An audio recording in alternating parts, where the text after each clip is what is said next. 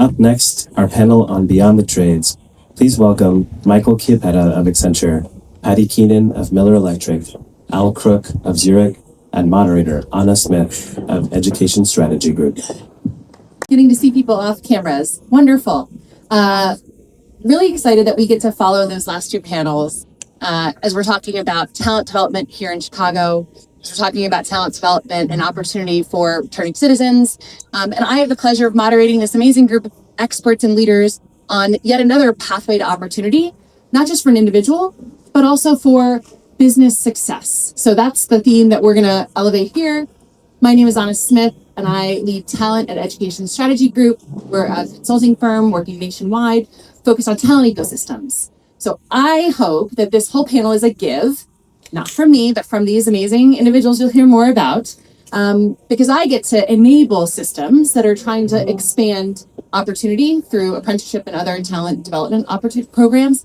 And these individuals are building systems and structures good for their business, good for people. So we're going to keep this rapid fire. We have 15 minutes and you'll keep me honest. I'm going to start with a quick question.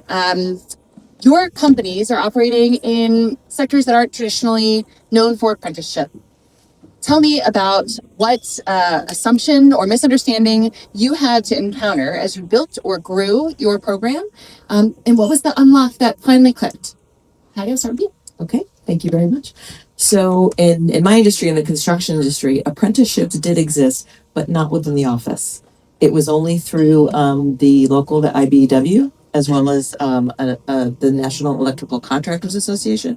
So the idea of apprenticeship was like, everybody thought they already knew what it was. So we had to help our organization broaden the definition, and it was not easy. And our partners were reminding me last night, it took almost 2 years. Because, and even at one point, one of our most senior executives said, just don't call it apprenticeship, it's too confusing. And we had to overcome that. So that was like the first challenge. So I'd say my first give is be courageous in how you talk about it. Thank you. And I work for Zurich Insurance, a commercial insurance company, global, but here in the States, we operate around the country. And our biggest challenge, I would say, in addition to what Patty just said, was really changing the mindset of the timeline and the impatience to deliver. The 2 years that a apprentice comes from joining our organization from, no experience or maybe no degree to productive was a real challenge for our leaders to understand and be patient for the process to work through, and then to experience that end product after 2 years that was really worth the wait. So and the click was once they saw those graduates and they trained with them and taught them and learned about them, they were sold. They wanted to keep them. They didn't want them to rotate. They wanted to hire more of them. But really getting through that impatience to why would I put 2 years into someone when I can hire someone right away from the outside? And by the way, they probably couldn't hire someone that quickly from the outside. So it was really good investment. All right. Well, great to see everybody this morning. So Mike Chiappetta, I work at Accenture. If you don't know Accenture, primarily technology consulting. I'd say the biggest challenge is very similar to Al's. Back in 2016, when we launched our apprentice program, why would you ever hire from community colleges or tech nonprofits? That was the question that I was given. And the idea was we have a path that we believe we can rethink our roles and responsibilities in the entry level to build a pathway for folks coming out of community colleges and nonprofits. The unlock was getting senior leadership buy-in. We started all the way at the top. We had a 5-minute pitch to our global CEO, Julie Sweet, and she loved the idea. She gave us the initial budget to start back in 2016 with 5 apprentices.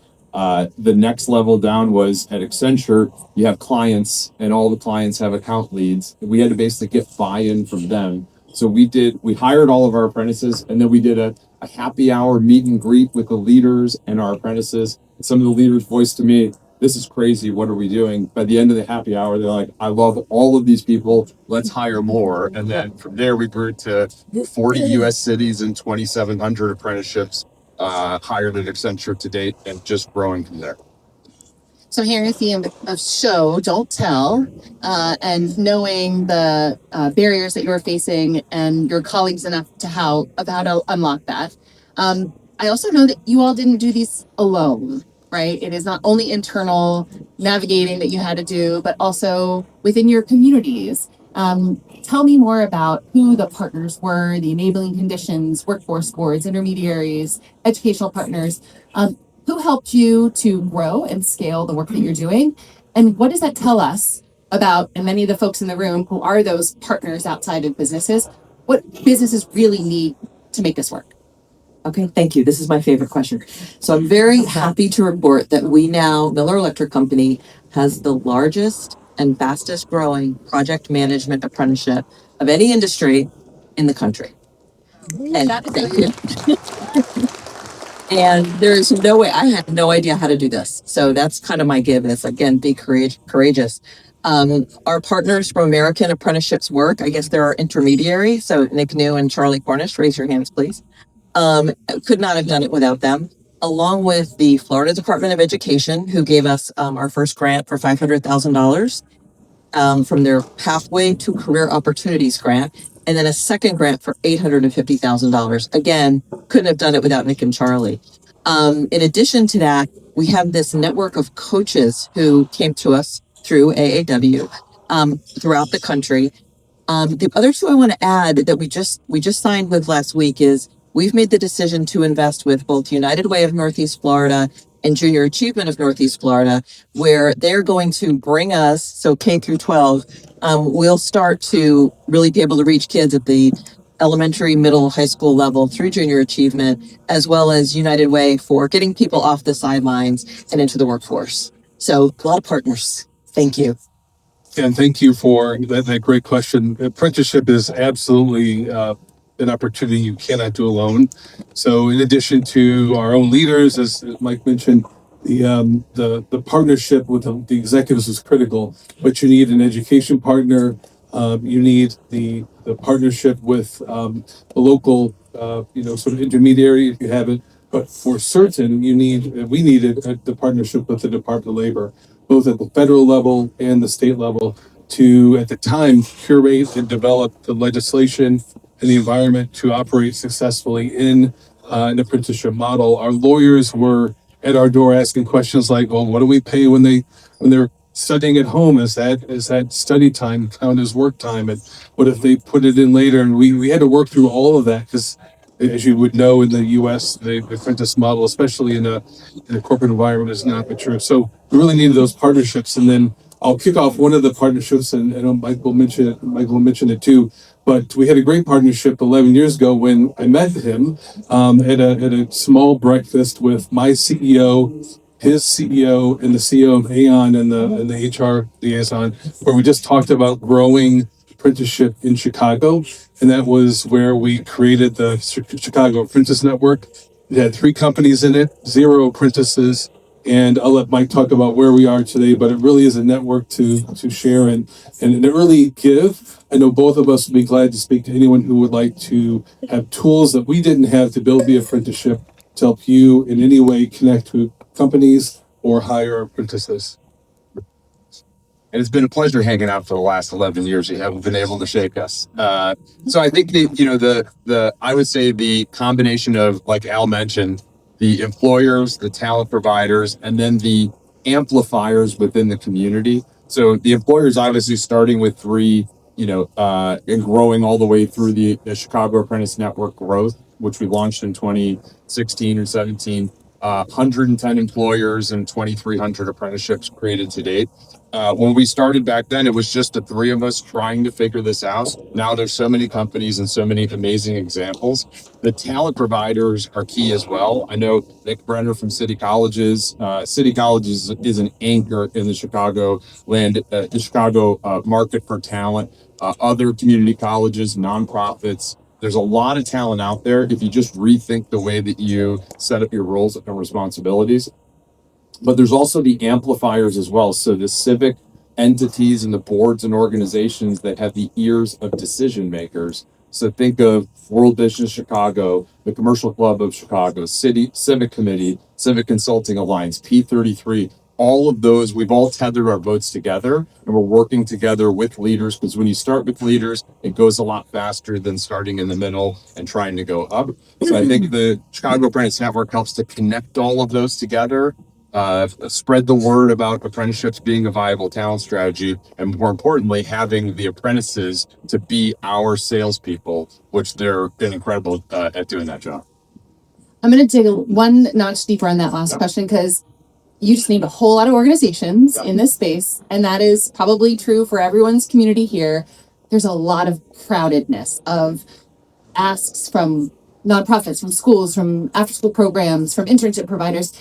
What was the tactic or strategy or the thing that helped you sift through to find those right partners? And then I got one final question, and feel free to jump in as well. I'll take that one. I mean, we started with city colleges, which again, the anchor within Chicago in terms of talent. And then we actually expanded from there to other tech nonprofits like an ICES Stars or Year Up or Genesis Works or Code Platoon. You could keep naming them off there. The way we've focused on them was who is training the talents, in what we're looking for to have the talent ready to walk into our 1-year apprentice program. That's how we narrowed it down. There's a lot out there. There's a lot of, nonprofits or organizations that try to add on or amplify it. We focus streamlined on talent providers that are working to build talent that is ready to, start the apprenticeship at Accenture. And that's where we narrowed that to. All of the other boards, networks, and organizations have the ears of the decision makers, and it's helpful with them to add this into an agenda or a workforce strategy or the Hire Chicago initiative within the civic committee to try to have, all of us work together, because it takes a village to make something like this work. This would have died on a piece of paper that we drew this up on if we didn't have the village that we have, as well as the apprentices to really over deliver to make this a reality. For us, it was different because, as I mentioned, we're a 98-year-old family business up until last year when we were acquired by MCOR. And in a 98-year-old family business, they don't think anybody from outside knows anything. So we had to find a partner, and we did with American Apprenticeships work that would co-create the curriculum with us.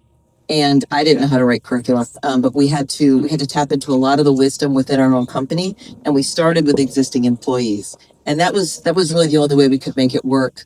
And now we're starting to branch out more, where we're getting people from all different backgrounds and from the field who came up as electricians. So it's what your company needs. Make sure you're really close to your business strategy and you know what the needs of the overall business are. Super helpful. Start targeted, find the right partner, and grow from there. All right, final question to you all. As we really hope that this is a tactical give conversation. We've got HR leaders, we've got educators, we've got intermediary and community partners out there. What's one thing, one action, one step you wish you had been told when you first endeavored down this path? I wish I had been told to think bigger.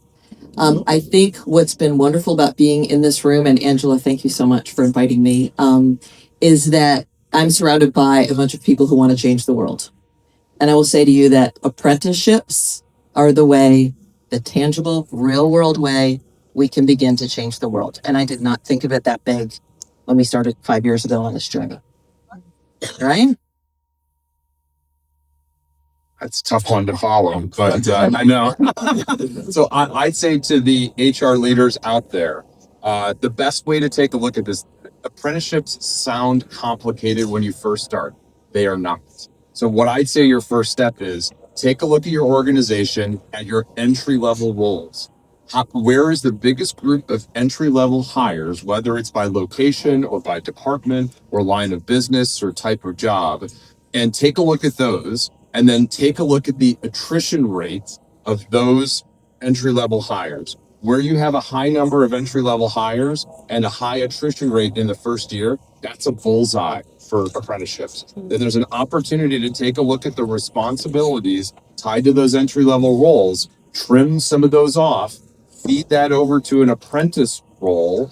Don't have any more payroll spend, but you just right size your hiring by having a portion, 10 or 20% of your entry level hiring in apprenticeships, and you balance out the rest by trimming the responsibilities your 4-year degree graduate is overqualified for. It's a very efficient way to do your hiring, and it doesn't take any more payroll. The last piece, since we've been doing this for 10 years, there are so many gold star examples by job function, by industry. You never need to start with a blank sheet of paper. Reach out to Al or I around the Chicagoland area. Happy to help and happy to connect dots and happy to give you a running start as opposed to getting tied up in the political and administrative red tape within your organization when you try to do something new. We could cover it. Two quick points that I wish I knew.